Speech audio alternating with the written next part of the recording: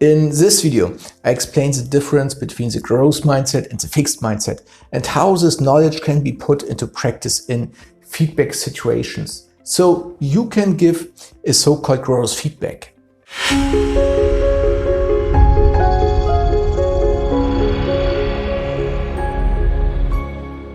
Hello and welcome. My name is Jan Laser. I'm involved in organizational and personnel management research, which includes the topic of this video, mindsets.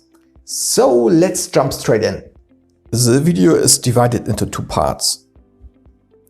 First, I will present the differences between the growth mindset and the fixed mindset, and then I will explain how this knowledge can be used when giving feedback.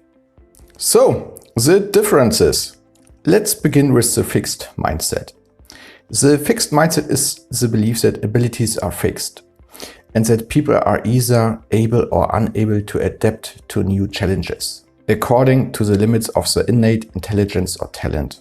This can mean that a person may easily give up when facing a situation they struggle to deal with, as that person may assume their abilities, which they see as being carved in stone and thus immutable, have hit a natural barrier they cannot go beyond. In short, if things get too challenging, meaning when people with a fixed mindset are not feeling smart or talented, they lose interest and give up. This mindset can be a hindrance because there are changes in life, especially in the work environment, which will not always result in new challenges being optimally mastered without strenuous learning efforts and the experience of failure. In contrast, the growth mindset fosters the passion for stretching oneself and stick-to-itness, even or especially when things aren't going well. This then is a mindset that allows people to thrive during some of the most challenging times in their lives. People with a growth mindset believe that with learning and effort, they can overcome difficulties. In order to promote this way of thinking, it is advisable not to praise the intelligence or talent of a person when that person has successfully completed a task, because these characteristics are very difficult to change, if they can be changed at all. So, if talent or intelligence, etc. are praised, the feedback recipient will be encouraged to believe that the success is attributable to his or her intelligence, which in turn would mean that if he or she is unsuccessful in a task, it is his or her lack of intelligence that led to this. And because intelligence can only be influenced to a limited extent, if at all, the feedback recipient would not believe that any further effort could lead to a successful outcome. So, if intelligence or talent are praised, then the fixed mindset is promoted. What we should praise, however, if we want to avoid promoting a fixed mindset, are behaviors, effort, application, the willingness to learn, and so on. So, the lesson is to create an organization that prizes the development of ability. Set this in motion and watch the abilities of employees emerge. It should be noted that mindsets are just beliefs which can be changed.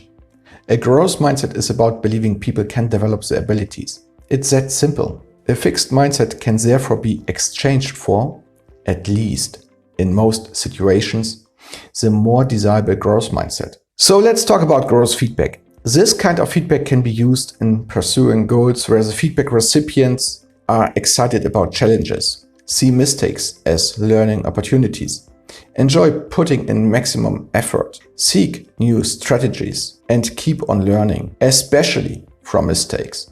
Through growth feedback, the feedback recipient should be encouraged to make progress in individual development. The learning process should be promoted. With growth feedback, it is not the characteristics of a person that are assessed, for example, intelligence or talent, but rather their behavior, their attitude towards learning, use of different strategies or extent of engagement. If a desired result has not been achieved, then it should not be said that the person cannot do something, but that they cannot do it yet. A feedback culture health check can be carried out to test whether or not there is a growth feedback culture in an organization. Imagine that the boss is unhappy with the performance of an employee. In a feedback talk, the boss is telling his or her employee the reason for the dissatisfaction. What does this trigger in the feedback recipient?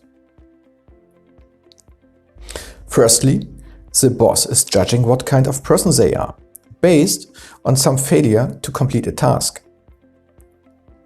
Or secondly, the boss wants to support them to learn better skills to improve performance. The first indicates a fixed mindset. The second indicates a growth mindset. If the feedback giver manages to get the feedback recipient to think the latter, this would be beneficial for the organization, as critical feedback would be more likely to be accepted. With growth feedback, it should be noted that we never reach an end goal because we can always improve. The path is a goal, so to speak.